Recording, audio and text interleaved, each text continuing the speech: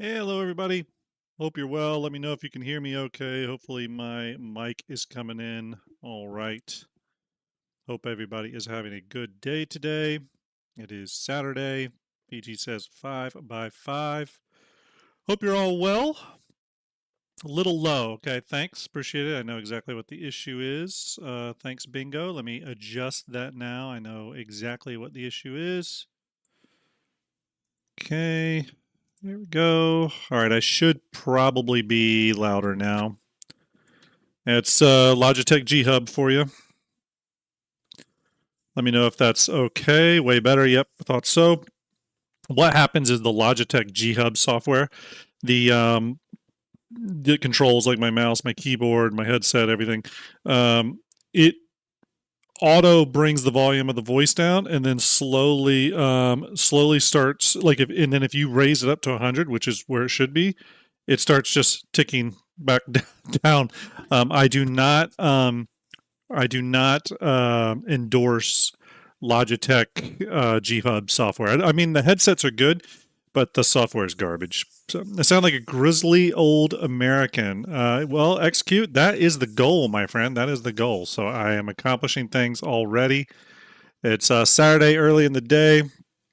Hope you are all well. I will be, just a heads up, I will be on with Space Tomato tomorrow to talk spaceships. Some of you may know I just released an update to the all ships ship scale poster.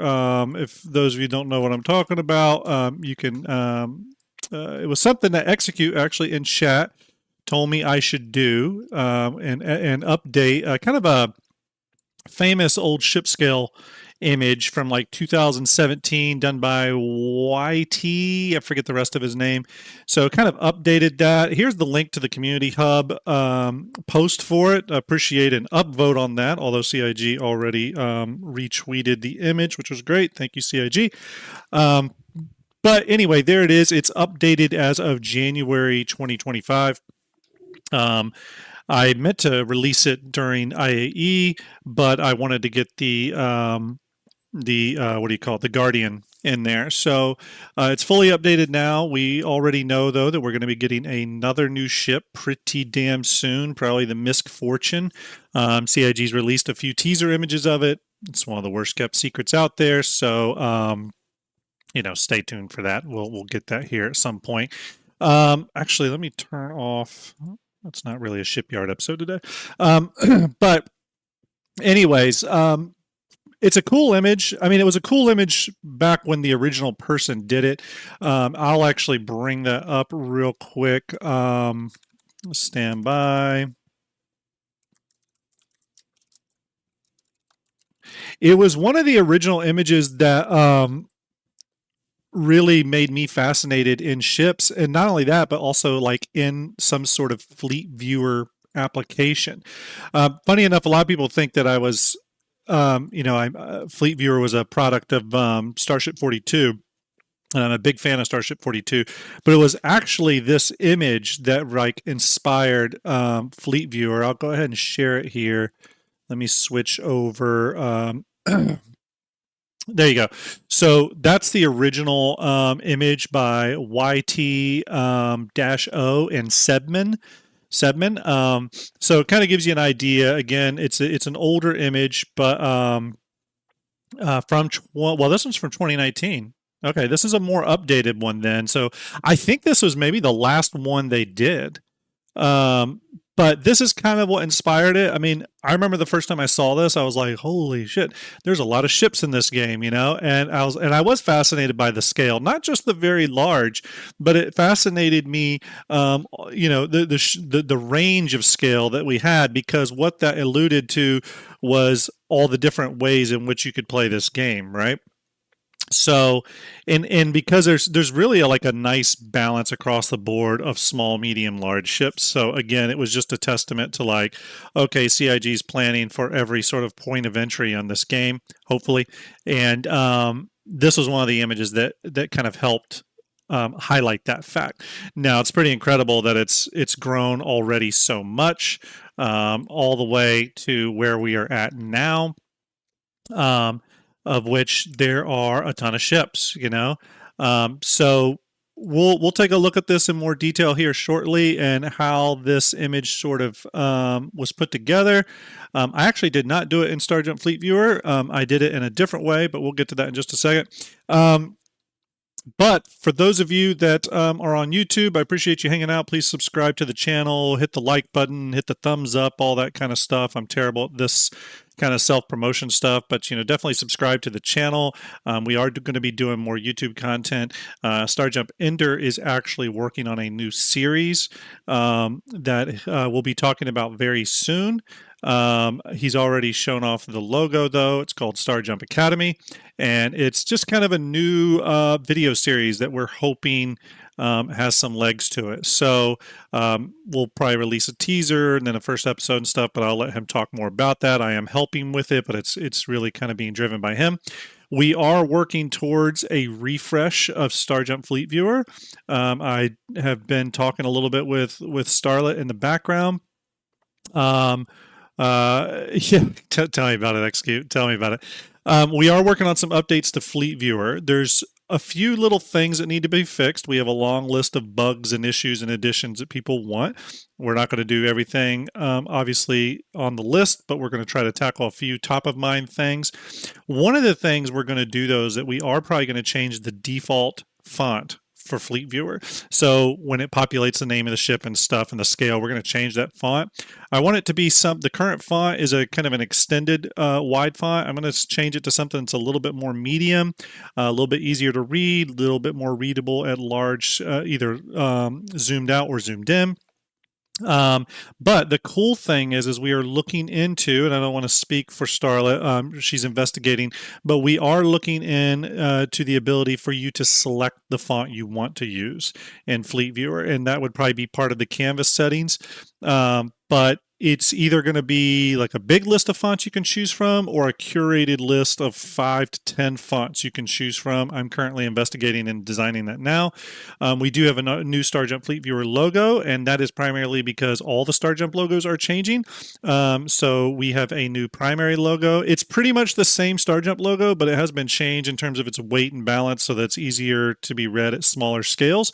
But because the main STARJUMP logo updated, that meant all the other STARJUMP logos had to be updated.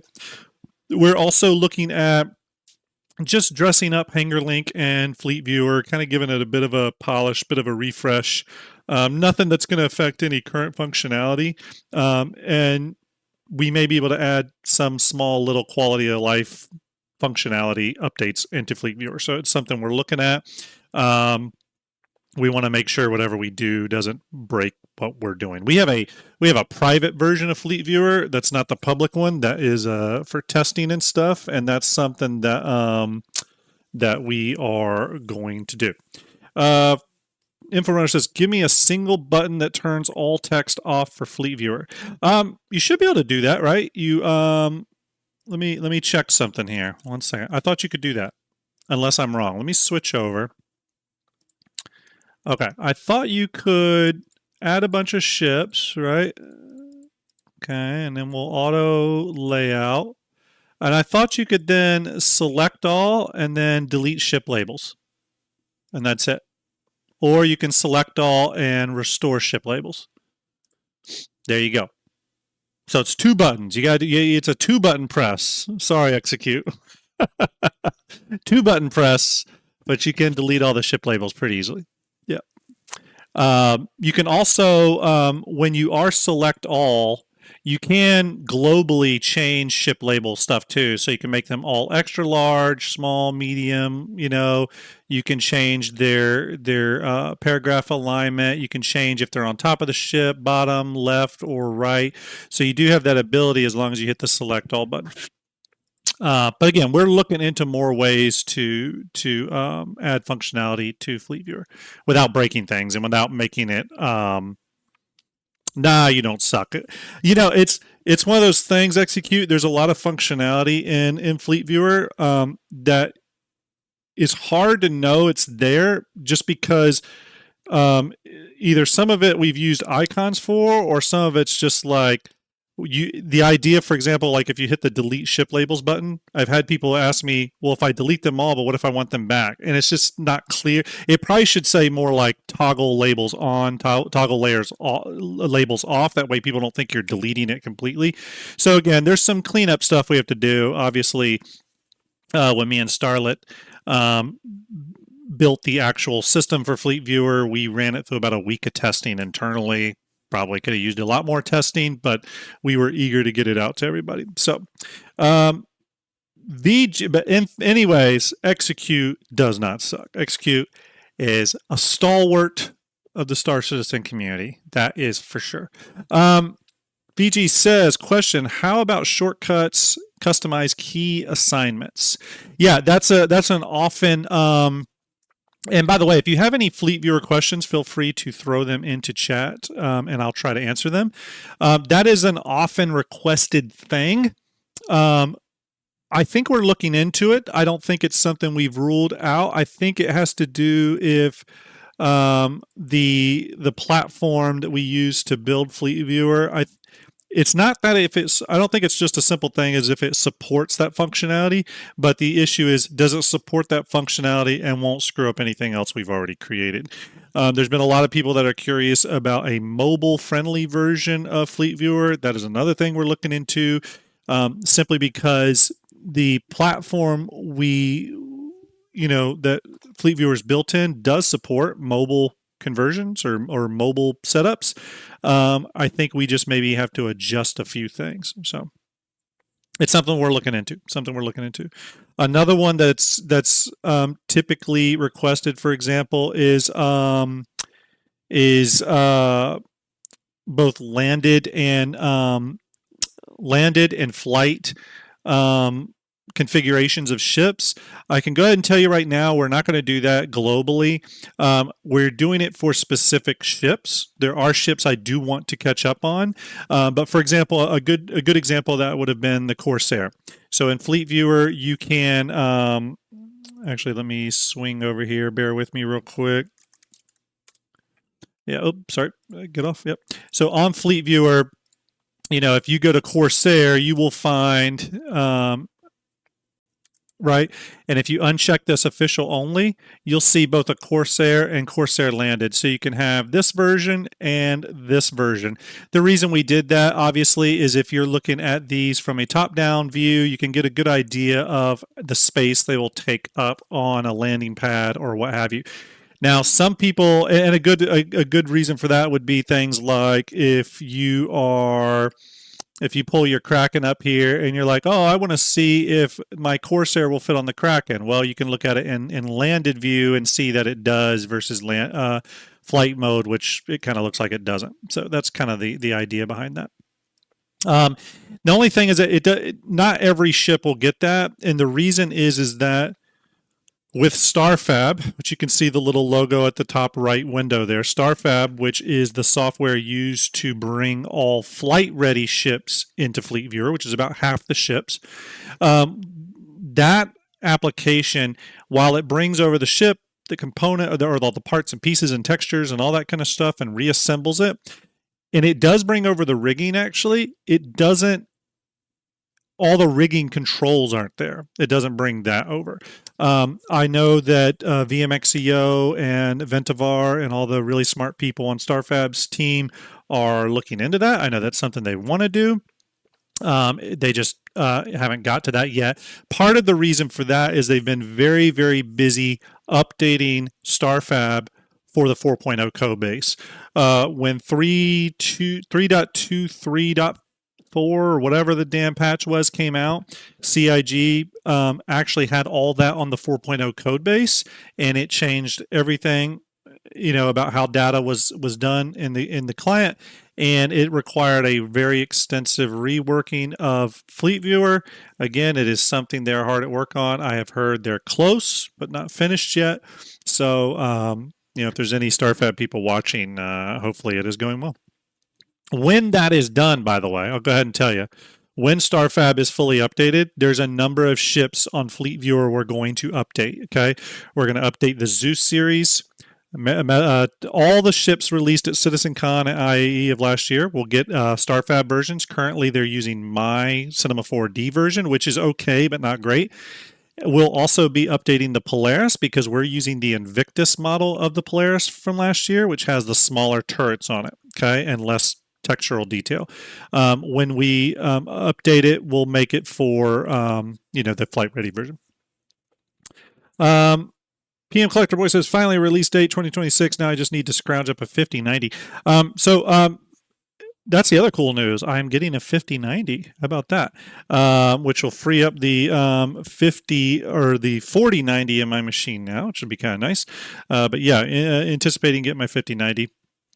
I do a lot of production work though for my work, so I got one goatee hair here that's being problematic. Is that showing up? Yes, it is. Okay. Let's see here. Tony says, what's that site where you can build your fleet? Well, you came to the right place. It is a site we built, Tony. It is. Let me put it in the chat. You can go here, StarJumpFleetViewer.com. You can go to StarJump Fleet Viewer. As a matter of fact, I will show you what it looks like. When you first go to it, it's going to look like this, Tony. You can go to Hangar link and you can add the Chrome extension, which will be able to import your fleet from your RSI account into the Hangar link app, which allows you to see all your pledges. So, for example, if I hit retrieve all of my stuff, you'll see up here in the top.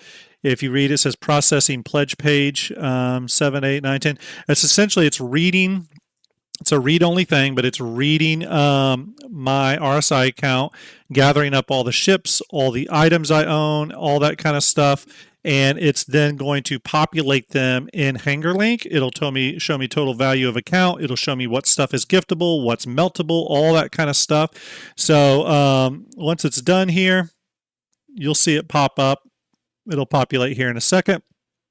Very handy. Once you do that too, you then can actually export to Fleet Viewer and it will bring all your ships in. Okay, so it reads all your buybacks as well. So everything you have in buyback is read and scanned, so that you have all that information in one place. Very, very handy. XQ says, just a suggestion, you have ship links in Fleet Viewer. What about height and width? Yeah, that's definitely a thought, XQ. It's something I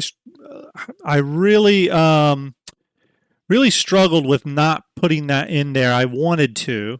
Part of the reason I didn't was when you clicked on a ship, I didn't want like a lot of information coming up. But the two things I really kind of now think I may want to get in there are things like not only height and width, but also things like things like cargo, SCU capacity and stuff. So it's something I'm thinking about. XQ. I want to do it. Real quick here. Let's see here. Still reading. We'll wait till it's done. Yeah, we'll wait till it's done and then we'll go into it. We'll do a little preview of it. Citizen Scott says, does it also read my credit card info? No, it does not. It doesn't have any access to that, unfortunately. Unfortunately for it. No, I'm just kidding. No, Citizen, it doesn't read any of that. It's only your Hangar, essentially the Hangar file. It doesn't have access to any of your store account or anything like that. Yeah, EXE, I want to do that, where what I'd like to do is have a canvas setting where you can set how much information populates on default, right? So if you do want to have all the information when you populate a ship in there, all that information comes over. But that if you want to globally turn it off, you can go into settings and just choose what information tags you want to populate. That actually would be a good idea. I'm actually going to write that down in my notes right now because that's actually a good thing to try to do. Info tags toggle in canvas. Got it. Okay. That's a good idea. All right, let's see here. Okay, so I think it's read most of my stuff, right? No. It's supposed to have read. We'll let it reread here. If I have a bunch of stuff, so it takes a while to read it. And at the first time it's ever reading your account, it will take a while. But if you've had it read your account before, it's really quick. But while that's doing that, we'll switch back over. So again, hover mouse over info bubble. Yeah, so that is something we did play around with. I'm trying to think of the reason we didn't go that route. There was a reason. It was I want to say it was technical related, but I could be wrong on that. I could be wrong. Or maybe it did work, but there was some display issue. But again, we figured a lot more out about how we're doing Fleet Viewer now, so we maybe could revisit that. Oh, I remember what we were going to do.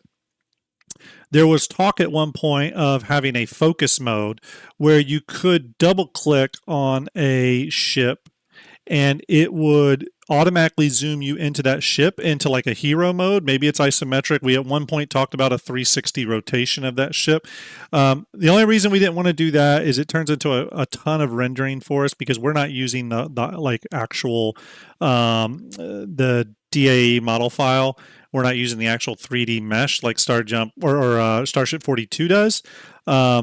Obviously, he's using the 3D model, but he's using a lot less fidelity than us, so he can do model manipulation. We're doing pre-rendered assets from the models. That's how we get the very high fidelity we have, right? But also allow it to run on your machine. Because if we tried to take, for example, if we tried to take the Javelin, right, and we tried to preview that on your computer as a 3D model you could move around and manipulate, it would really struggle. It'd really struggle. Um, but we'll look into it. I mean, I can say that I really definitely want to get I really want to get the additional info in there. So beam, height, and give you an example of why that stuff's so important to me. It was just like 2 days ago I was looking up the beam and height information on a ship. So that's information I'm very interested in too. It's just figuring out a proper way to get it in. And in our Excel spreadsheet that has all the information for the ships, we just we need to add a new column, put those additional bits of information and stuff in there. There was also talk at one point of partnering with another group's website. I won't name them just in case we start these conversations again, but it was another really big website that everyone uses that has all kinds of information about ships. We were going to partner with them to sort of collate their information into Fleet Viewer, but then allow them to also use Fleet Viewer visual assets. So there's going to be a little bit of a trade there. That only paused because we were having some conversations with CIG lawyers at the time and stuff, but that's over. So we could probably restart that now. But again, I think we have an interest in boosting the usability of Fleet Viewer, what it can do, and all that kind of stuff. All right, so yeah, the all ship scale image. Ben Curtis at CIG, he's a big fan of this, and apparently has this is like a wallpaper or has it up at the studio every now and then. And he told me that the ship team will occasionally look at it from time to time to get a good assessment of what ships they have for which manufacturer. Just get kind of a bird's eye view sometimes. Obviously, they have all that information, of course, but just to be able to sort of see it all laid out without someone on their end doing that. So I could see it being helpful in that regard. But one of the things you can see really quickly is just, you can see which ship families have the most ships and where they're weighted in terms of scale. So you can look at ship manufacturers like MISC here, and you very quickly can go, oh, okay, well, MISC is really covered really in all the kind of ship scale categories, right? So they have all the way down from very small all the way up to really big.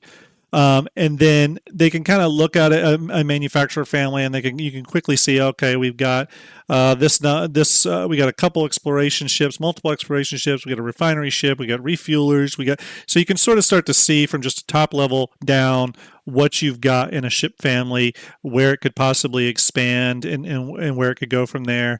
If there's ship families you are trying to keep small, then obviously you can see that in the top down view really easily. This here is a JSON file I've created that has all the ships laid out by family. This is not what I use to create the ship scale image. This is just a JSON file I put together for the sake of keeping track of things. But I'm thinking about releasing this JSON file out into the wild where people can explore this on their own and kind of manipulate things on their own. If anyone would have an interest in that, let me know. But that's something I can definitely put out there. So what's everyone's thoughts on the Misfortune? I think we've gotten a few leaked images, not leaked images, sorry, teaser images of it. Here's one that was released the other day. Obviously, we see the exterior engine cowling here and some gravity plating for, I'm guessing, RMC boxes. I'm not sure how it outputs those RMC boxes, so I'm still a little unsure of how this thing works, unless it, maybe right here, this is a door that can open. Maybe that's why it's got the warning things on it. Maybe this opens, and if you look here at this path, you see this path that connects right here, and then connects here, but then there's also connects up, up, up, and over. I was wondering if boxes would be able to like come out and be moved from gravity plate to gravity plate by some sort of MFD. And maybe that's why it extends back here to this door and doesn't extend forward or anything. So that's something I was curious about. Execute, I'm not sure if you saw that, but that was something that I was wondering about from these images here. It almost looks like there's a track here. It almost looks like this door will open, RMC or crowd, whatever all the stuff that salvaging will be able to export, and those boxes will then come out here on the exterior, and you'll be able to load 6 on this side, 6 on the other. Lazy Donut says, waiting to see more details could replace the Vulture for me. Yeah, Lazy, I agree. Oh, Lazy, I also need your, can you contact me via DM soon, Lazy? I need to get some information for you. Pain and Hate, love to be able to pull the ship size comparison. What do you mean pull, Pain? Bingo says, is the background animated? Yeah, on mine it is. Yeah, on here, yeah. On my version. There's a trick to doing that. Let's see here. It might be bags, yeah. Execute says, I actually think it's where the salvage comes out and then moves from cargo area to the next auto load. And you describe what I'm saying. Yeah. Yeah, I think that's what it does. I mean, from the best of my knowledge. I mean, again, I don't know if these are doors, but they sure look like doors. And the fact that they have the warning stripes on them sort of makes me feel like they're actuated in some way. So yeah, I think they open, bags move out or boxes move out, however they're packaging that stuff. It moves down, and then once it moves to this first position, you can then either move it up and over or up this way, whatever. You can see the little arrows that say forward, back, all that kind of stuff. So I'm assuming that's how this works. I am very excited to see about this ship. I love the Vulture. Not sure I need another small salvage ship, but I really love salvage. So if this ship is noticeably better than the Vulture for some crazy reason, I might switch just because of my love for salvage. But I'm also equally a huge Drake fan, so it would have to be extra cool for me to switch from the Vulture to this. Oh, Payne, you want to be able to load the ship scale thing how I do. So Payne, what I'm probably going to do is I have this as a JSON file, right? To where you can download it and then open Fleet Viewer and then open it on your computer. You would go to load file right here, and you would click on the JSON, and it would load it up exactly as you're seeing it, and you can export it and everything. I just need to put that JSON somewhere, so I will do that. So yeah, if you're interested in getting the JSON file, I will figure out a way to do that. And when I do, I'll make an announcement on our Twitter. So if you're not on our Twitter, Payne, make sure you follow it if you can. I'll I'll link it here. Just follow me on there, and when I have the JSON ready, I'll make sure to announce it. XQ says, I want to get on Discord and discuss, but I don't want to derail your stream. Oh, you won't derail. Hit me up on a DM. I'll call you. Should Misfortune be bigger than the Vulture? Well, I don't think it will be, right? Because let me see. I mean, we know it's let me load up a prospector here real quick. I'm just going to bring this prospector over. By the way, quick tip, if you are using Fleet Viewer, if you switch your mouse wheel to smooth instead of where it's got the like dots when you're spinning it, if you go to smooth, you can zoom in and out of Fleet Viewer really quickly. Just FYI. So no, I mean, this very well could be smaller than the Vulture, right? My thing though is it may have, I'm thinking it might be able to carry, I'm thinking it only has one salvage beam though. One salvage beam. Let me bring execute in.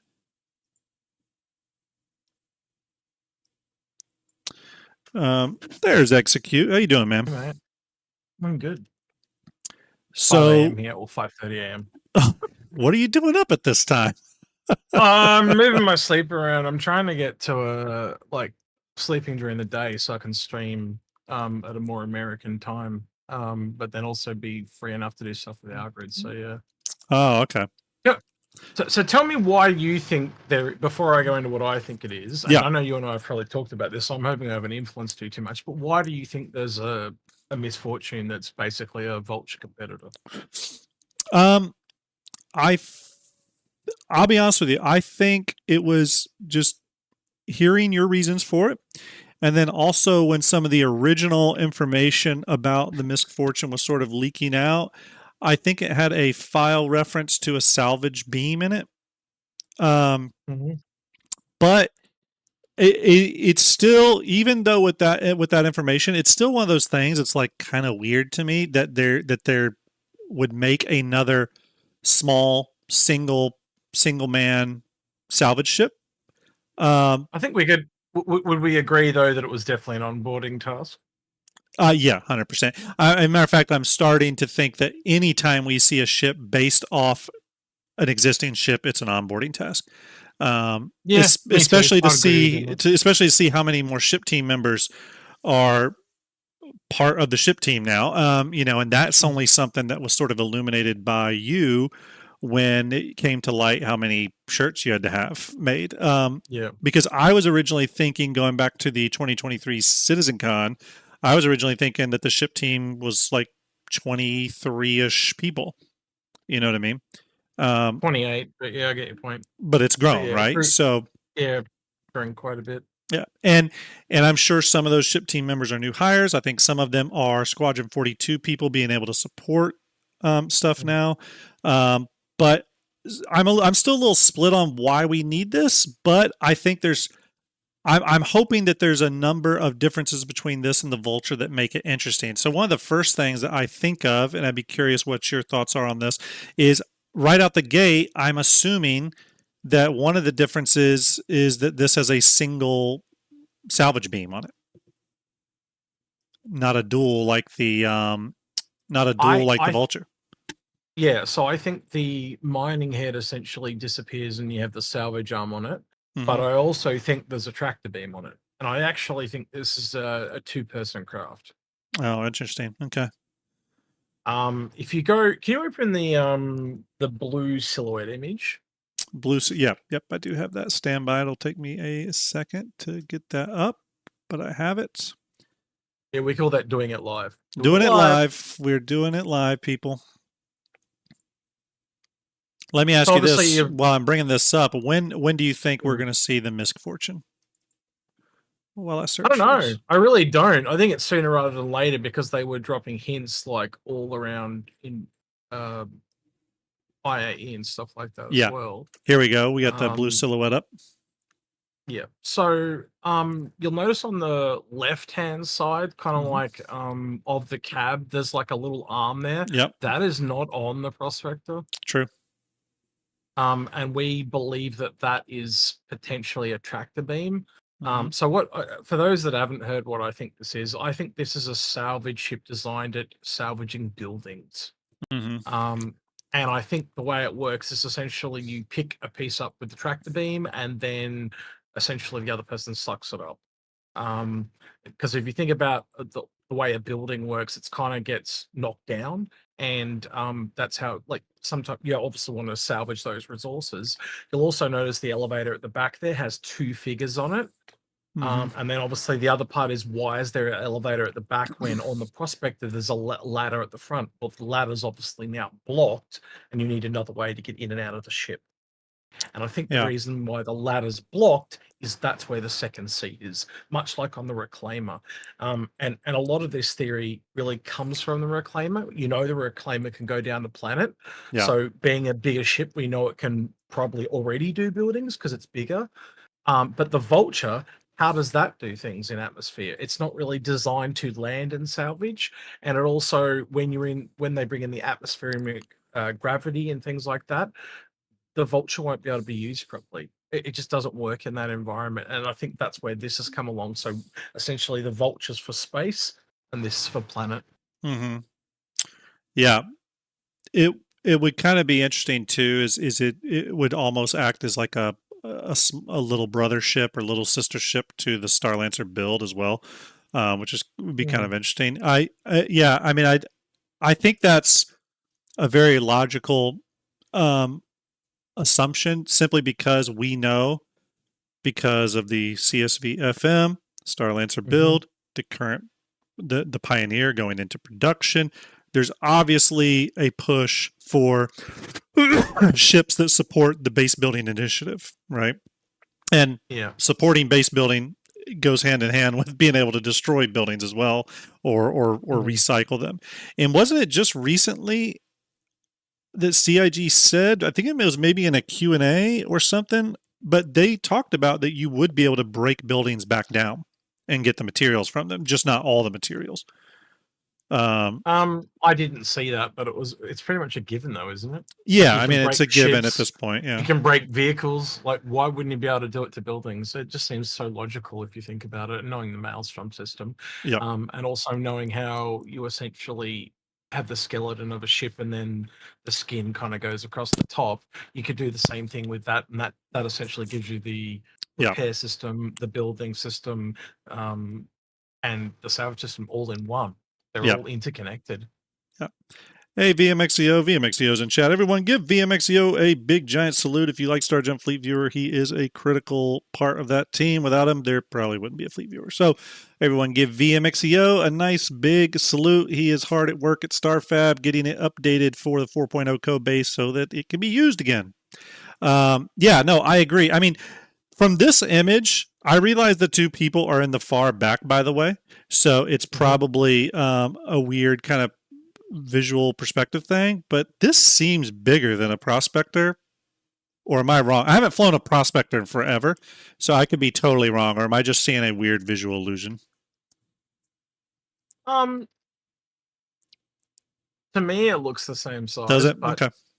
you can never really tell. It could be a whole nother ship, man. Yeah. Like, they could have done that if they wanted to, but like, when this first dropped, most people went, "Oh, it's a prospector," Yeah.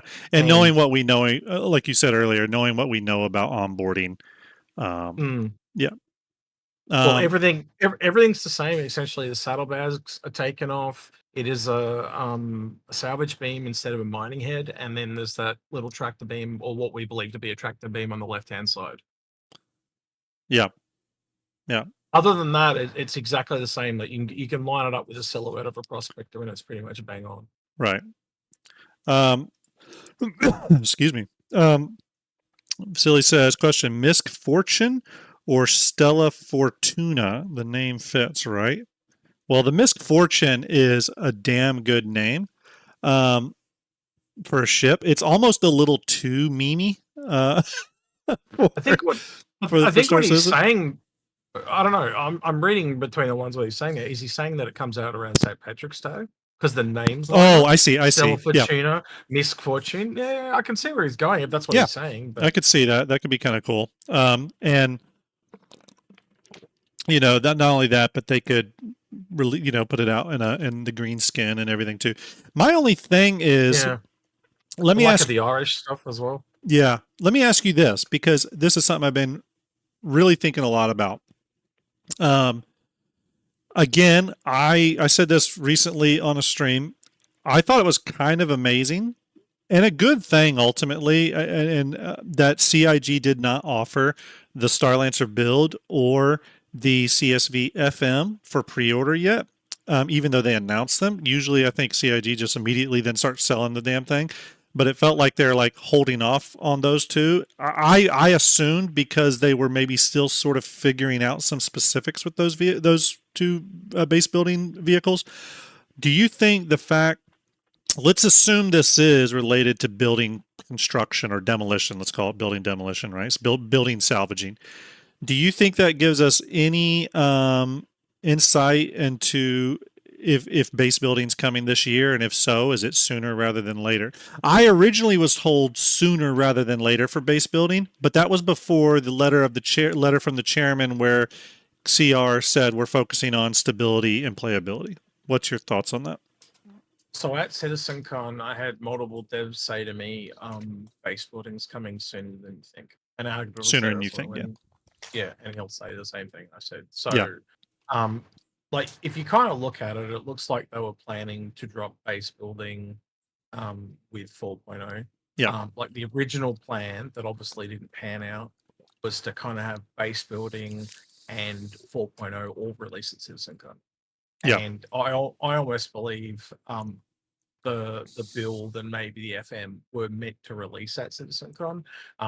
That's why there were slides in there to the effect of like talking about them but not releasing them. That's stuff a like that. great Now, that's a great insight actually.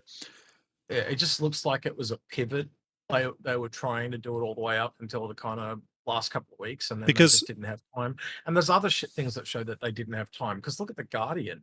yeah, No offense to like that ship came out with two variants that are so close to each other. We've Yeah. never seen that before. It's like they went, we're Have- going to put this all out, all aside to get 4.0 out, and don't worry about the Guardian. It's good enough, dang. have they ever previewed a ship before, like the FM or the Starlancer build, but then not put it on pre-order when they've previewed it? Never. Yeah, I didn't think so. EXE's a little quiet. I'll boost him. Yeah, I'm that's sitting a little bit away from the mic. Hang on. There we go. How's that? yeah, that's better.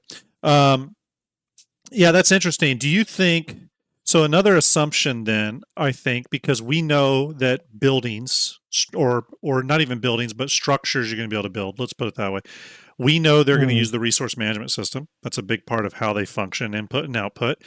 Do you think that the first big chunk of content we're going to get this year will be engineering resource management to set the stage for the building stuff? I think they're a bit interconnected. Yeah.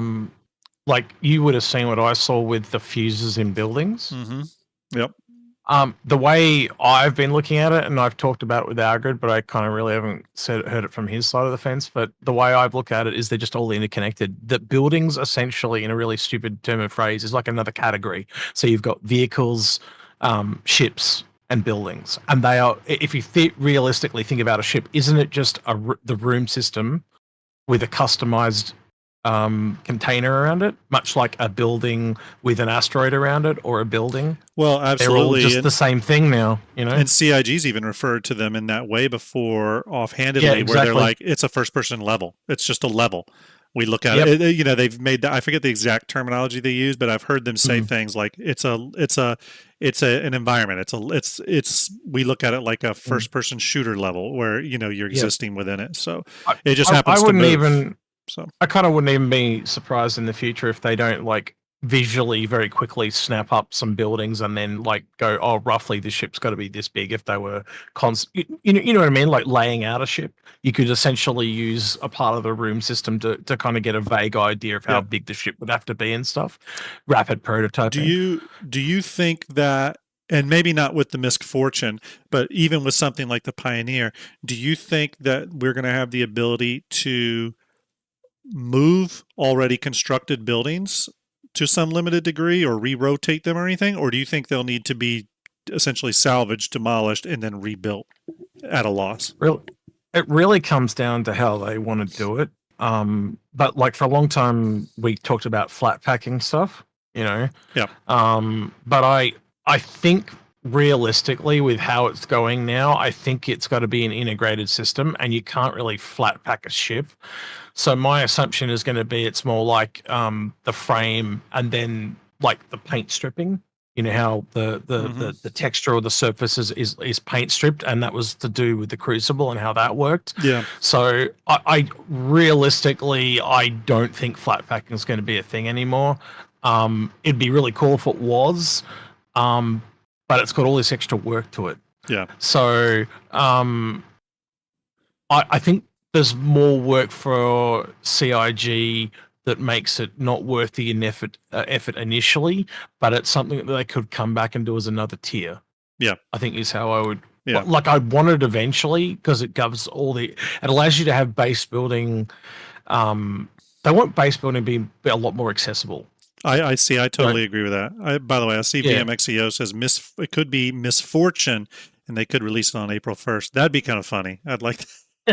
Yeah, that works I dig that. Yeah. And VMXEO may kill me here when I say this, but one of the things that me and VMXEO want to do when base building does come online is we want to be able to have the fleet or the base building modules, the parts and pieces, in Fleet Viewer, maybe at the very least from a top-down perspective, where you can sort of link them up to sort of pre-plan your base layouts. It's something we want to do.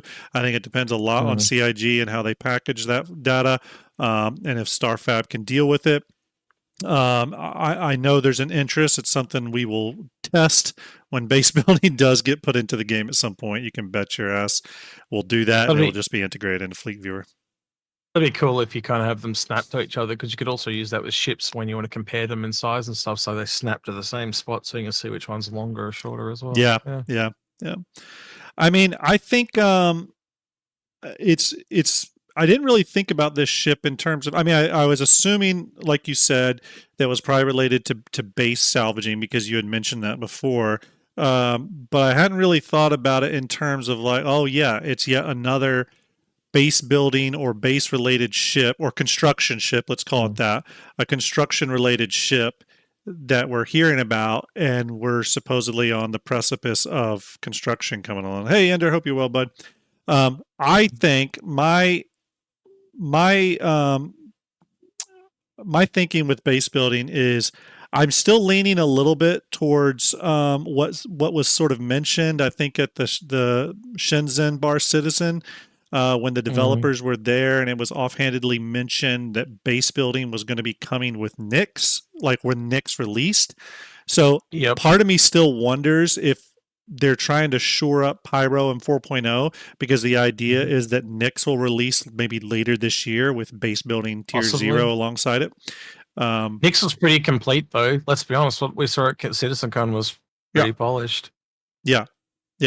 Exactly. So I won't rule that out either. Like you'd want to get it in, get it stable, and then start adding other systems like Nyx and stuff like that. And Nyx is a fairly smaller system. Like it's all asteroids and stuff. It's not really a lot of fairly small. And then if you think about the idea that they're already they're already into gray box on sections of Magnus, because we saw that. That starts to make you go, well, if they're already like moving the environment teams over into Magnus in probably a pretty big way, already gray box, then I would imagine they're transitioning off of Nyx. You don't mean Magnus, you mean for fuck, starts with C. Castra, not Magnus. Castra, yes, thank you. Sorry. Thank you. Sorry. I keep thinking. I can remember myself. I call it Casablanca. See, I keep thinking Magnus because Magnus was one of the systems I was hoping they were going to do. because of the Drake HQ. No, Castra. Yes, Castra.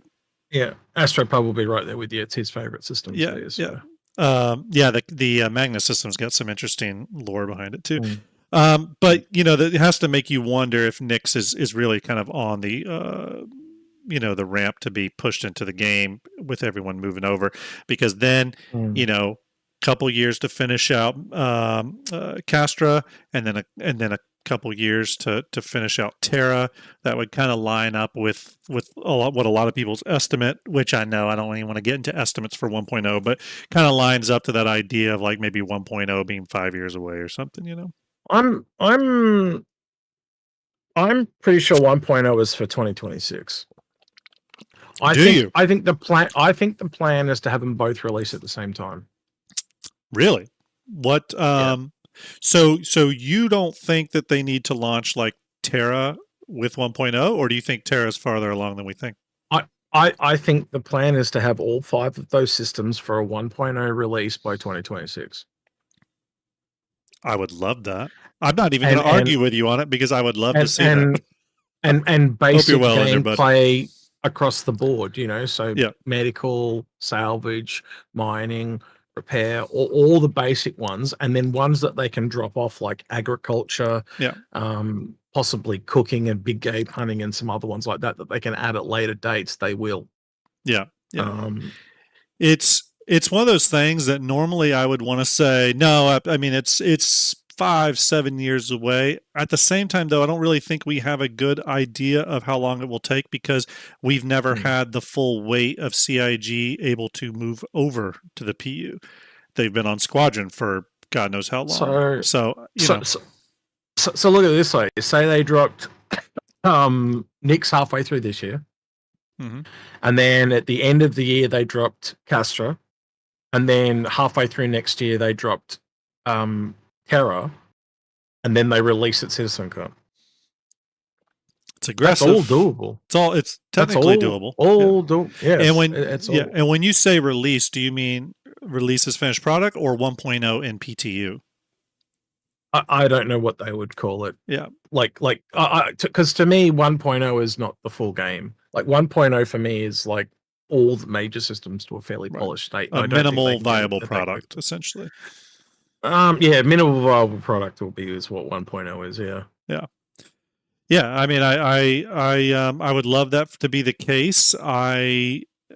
It sounds very aggressive, but honestly, I wouldn't count out anything yet because if you had asked me last year, "Hey, the Pioneer's going into production," I would have told you were crazy, and that ship is 10 years away. So I honestly don't know anymore, and it's hard to understand what CIG's plans are. What I do hope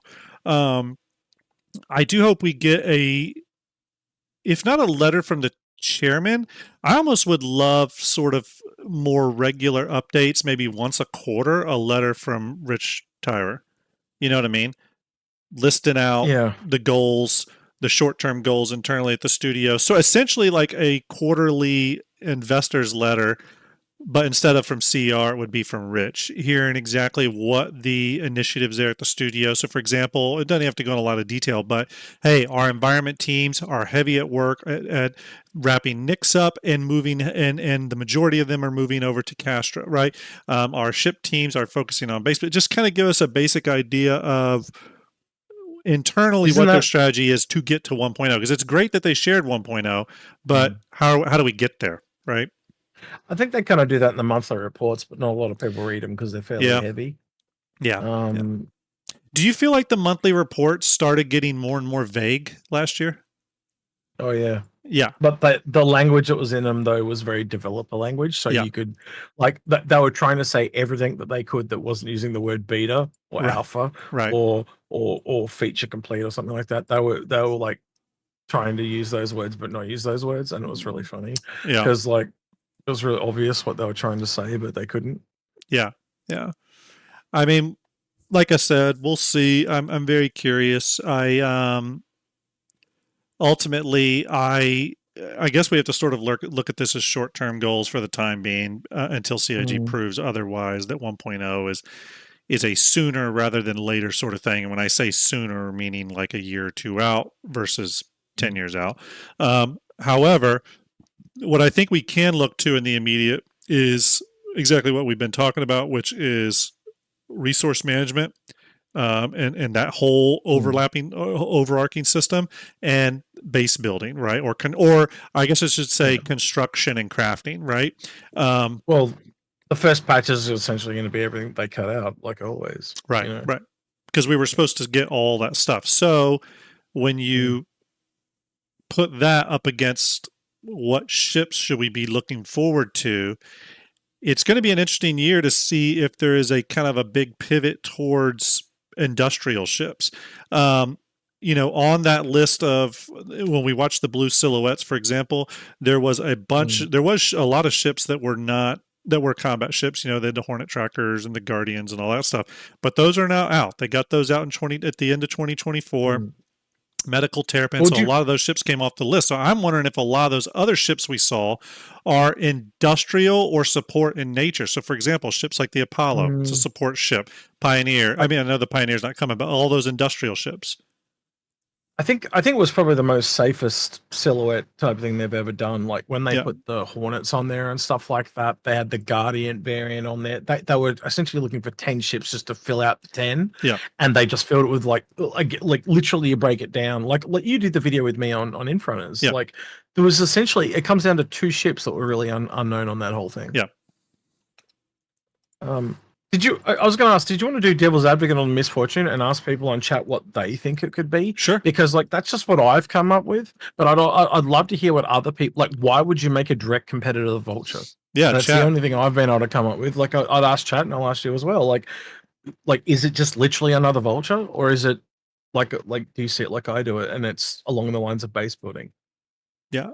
So chat, let us know what you think the Misfortune is and what its focus is. I'll say this: if it is simply just another salvage ship, single person salvage ship, then it was 1,000% an onboarding task, right? 100%. Agree. I would agree with that 100%. If it is some sort of base salvaging ship, then it still could have been an onboarding task, but I do think you probably had a few other senior members of the ship team there, only because that means there is a distinct focus on this that ties into gameplay loops that are still coming, and there was probably a little bit more thinking that had to go into it. So, be interesting to see. We'll see what some people say here. Solomon says, I think it's just a salvage version of the Prospector, which is essentially what the Vulture is. Bala says, in lore at least, Drake and Misk are not on the best terms. Is that true from a lore's perspective? I didn't know that, Bala. Say that again. What was that? Bala on YouTube says, in lore at least, so in lore, Drake and Misk are not on the best terms. Okay, I didn't know about that one. Yeah, I didn't know. That'd be a Paul Shelley question for sure. Well, maybe an algorithm. Yeah, maybe an algorithm. Yeah, I'll ask him. But it would be interesting to see some competition across the industrial space, much like we do with the combat space. There are right now there does seem to be like, oh, you want the big salvager, you have to go reclaimer, or you want the big miner, you have to go with the Argo Mole in that size category or whatever. There's kind of like one ship in each category. So unless I'm thinking wrong, but I think this would be like the first ship that's, if it's just another Vulture, then it would be the first ship in the same size and player category that we've seen on the industrial side, I think. Although you think it's a 2-person ship, so I think it got pipped to the post by the Galaxy and the Starlancer build. Oh yeah, because they're both builders in the same category, but I think they will shift them. But that's a story for another time. But yeah, you would agree that the idea, though, that when the Starlancer build came along, because I know you talked to John Crew and Ben Curtis about this specifically, the idea was that the Galaxy base building thing wasn't going to happen. Yeah, that's what they said, but now they're saying it will. So, it will now, yeah. So if they literally have 2 actual builders, they can do what they want. But I personally would have made one a ship builder and one a base builder, but that's how I would have done it. But well, I would too, simply just for the ability to sell it to people that already own Vultures as well. You know what I mean? It sort of gives a unique bent.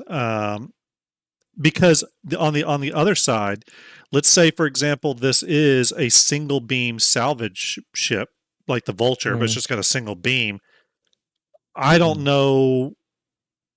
I really just think you would buy a Vulture Now, the Mm. argument would be if the Vulture was a two-person ship, for example, then the argument would be, oh, well, Mm. no, you take the single beam salvager in the Misfortune because it takes two people to do the Vulture, and that's a problem. But that's not what Mm. this is. They've actually made the Vulture perfect for a one-person crew. So, Yeah. it's a tricky one. We'll have to see Well, where essentially, this the nets way out. you can kind of see an image there, the way the whole salvage head is kind of down at a 45-degree angle. Essentially, one person's just sitting there salvaging the stuff right in front of them. The other one's using the tractor beam like a broom to essentially sweep in all the debris of the house or whatever they're picking up and bring it to directly in front of the ship so the other person can salvage it. And then when it's all swept up and he doesn't have to do it anymore, he goes back to the processing area to send it out to the external outside of the ship. So Yeah, he's the guy running backwards and forwards, and the other guy's just salvaging nonstop. yeah.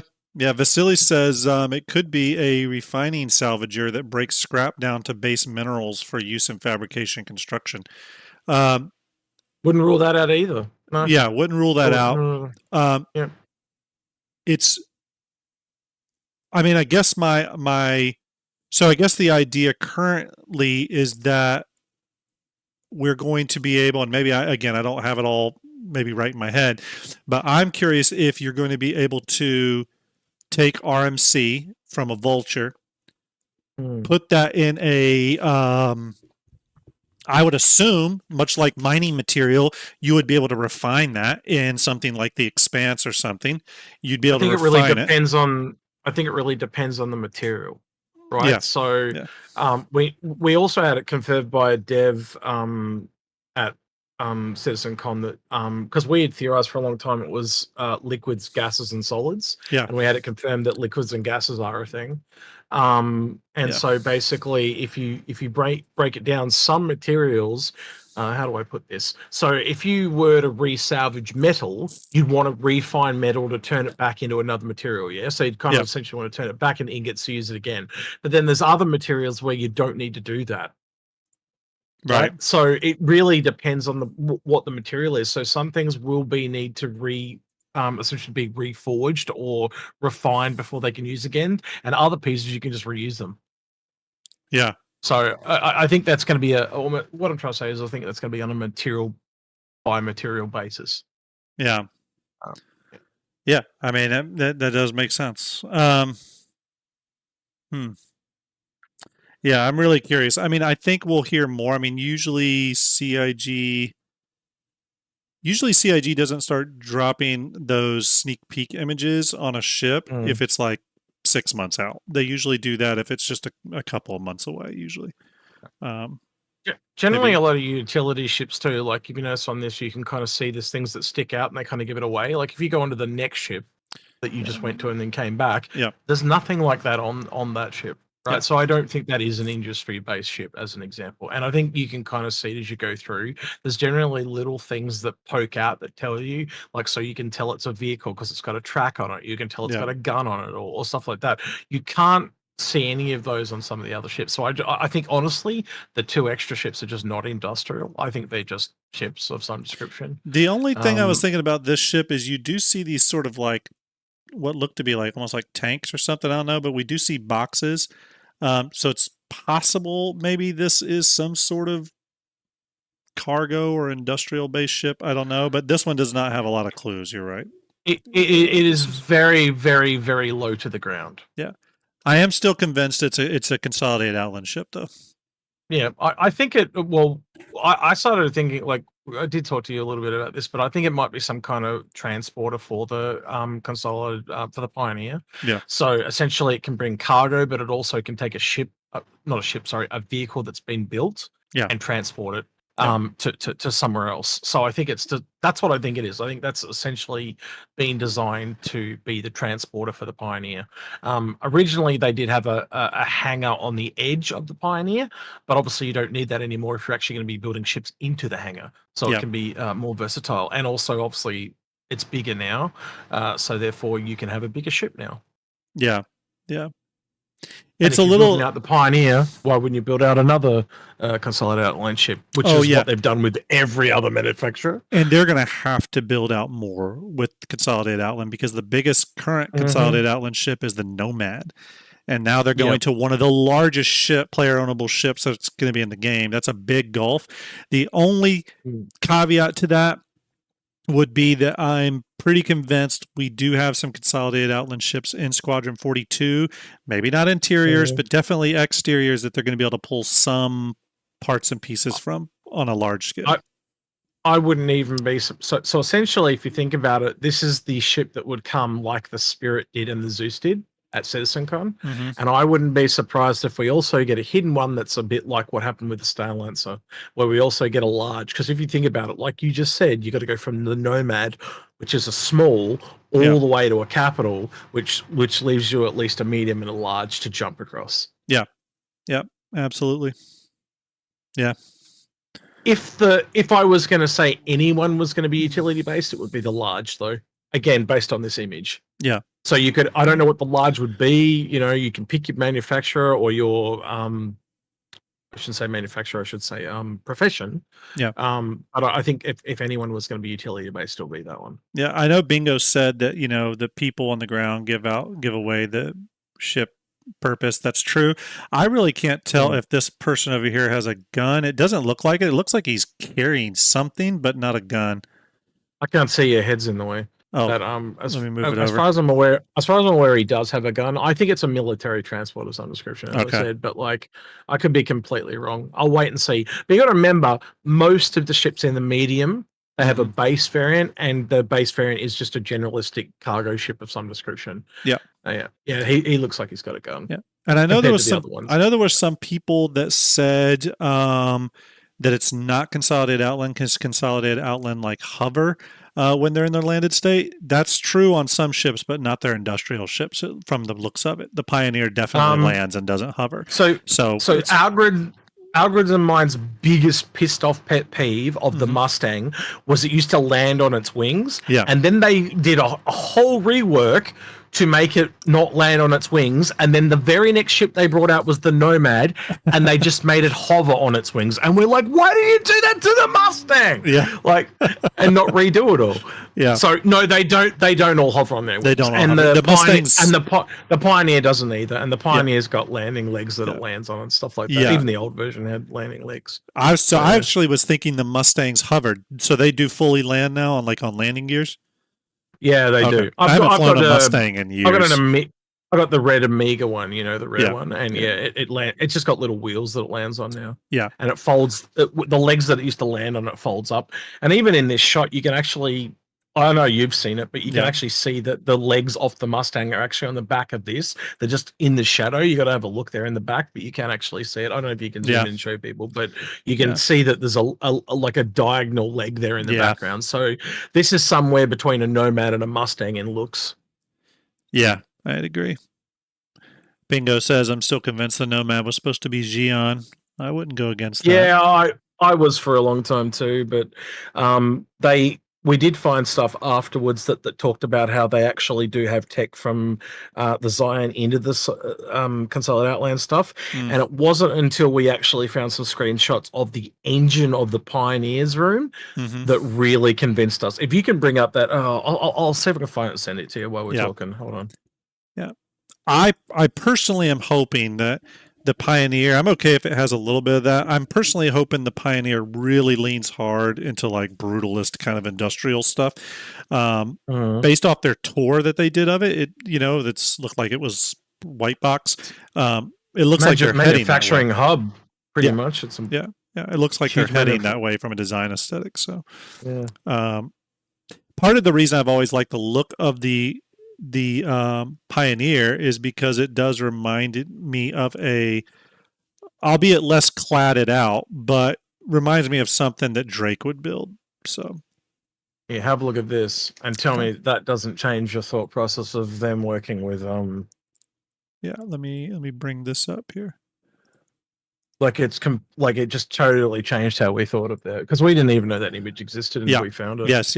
I have seen this one before. It's really cool. Yeah. It's a really wild instrument. And if you looked at their engineering white box kind of run through, it's got this vibe back in engineering. So I think they are kind of sticking with this.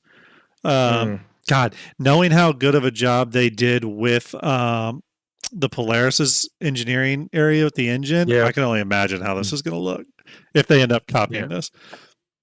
Yeah, this is one of those original, and you can still see a lot of that same design language there. It's not like this has changed much. For example, those the kind of the orangish red kind of accents and stuff, it's still all that, those gangways. You see over here how there's like these like ramped path here that you can walk where it's got a little bit of an incline.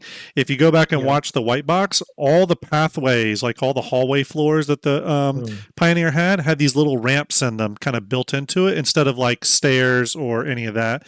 So again, I think a lot of this is going to translate into the interior of the Pioneer.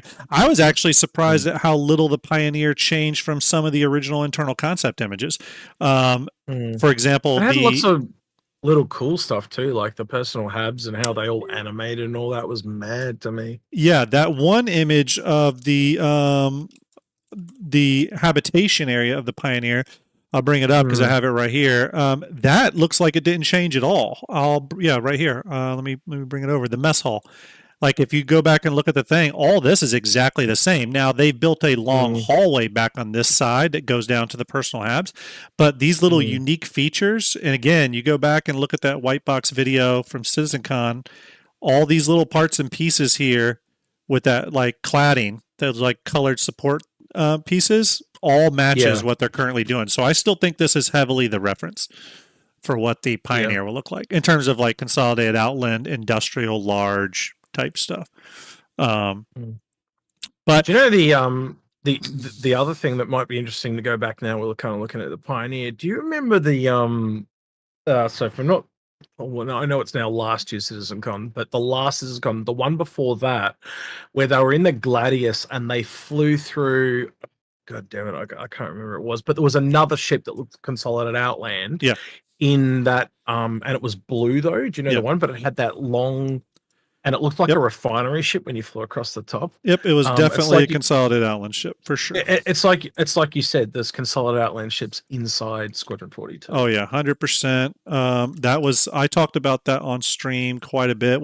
That was not the it's the mission where you go with Mark Hamill's character to talk to the agent chick, and she's got the pirate guy there going off his tits, and that's been captured, and I just can't remember the freaking name. They go to a station though. Yeah, it wasn't the live gameplay reveal. It was the one before that, right? It was the it's the one where it's got Chris talking about it's now feature complete and blah blah blah. Yeah. I wonder if I have it here. I have it somewhere. I don't know where it's at, but yeah, no, it's that one. It's the one from 2023. It was the first. It was the first preview that we got. I don't have, but yeah, it was definitely a Consolidated Outland ship, a large one too. It actually very much looked like the Pioneer, and it had the same sort of bridge setup as the Pioneer. So I think they'll be able to borrow that. And so, for example, when the Pioneer got reconcepted, I'm pretty sure some of those new concepted parts and pieces they borrowed from that other ship. There's a moment where the Gladius is flying by the profile of that ship from the Squadron trailer. Yeah, that's the one. Yeah, and it's got these little rectangular panels inside the side of the ship, and they come up in a point. Those exact same panels are on the hollow viewer model of the Pioneer, like the exact same shape. And I haven't seen them on any other ship. So I'm very convinced that's a Consolidated Outland ship. So at least we think there's some stuff to borrow from. You know what I mean? Anyways, I got to get close to going here. Any other thoughts, though, Execute, on what you think we're like? What's the first kind of ship we're going to get this year? Any idea? I think it's the biggest contender for the first one. Yeah. Well, let's look at January last year. They did the what was the sale? The last chance sale. Yeah. And I think that left a bit of bad taste in people's mouth. Yeah. That was around, and they just did another one, right? They just did another. I think done it yet? I think I just got the email actually. Are you serious? Yeah, like they just. Pretty sure I did. I may have deleted it, but I think I got a last chance email. There was something about the concierge one, yes, but they didn't do the. It was a last chance sale for everyone. Oh, okay. Last year. Thank you, Werner. Thank you, Um, Wild Phil. Appreciate that. Appreciate that follow. I could have swore they did, but yeah, you may be right. It may have just been the concierge. I Yeah, I could be wrong too, but from what I remember, that would be about a week away, and then in February, I know we got something else as well. So yeah, Yep. you've also got the Valentine's Day sale coming up as well. So they've done skins for that, traditionally speaking, and I think in the files there is already leaked skins for Valentine's Day, if I'm not Hmm. mistaken, from memory. I don't know if you recall them, but I do remember Yeah. seeing something for Valentine's Day. Yeah. Um, Yeah, they do them all in advance now. So yeah. Well, um, everyone, thank you for hanging out with us a little bit. Really appreciate it. I'm actually going to send you all over to someone we were just talking about. We were just talking about Paul Shelley. We're going to send you over to the Astro Pub. You can ask him all your lore questions. I promise he'll know. Execute. Thanks for hanging out with me, chatting a little bit here before I have to go. It's always fun talking ships with you. Likewise, mate. Cool, man. Everyone, have a good rest of your day. Have a great weekend. Please go give the Astropub some love. Give him some StarJump love. I'm sure you're already followed to his channel, but if you haven't, make sure you give him a follow. Stay tuned for more StarJump stuff. Again, we have StarJump Academy information coming soon. I'll let Ender divulge that when we do a stream announcing it more formally. But until then, talk to you all later and have a good rest of your weekend. Bye, everyone.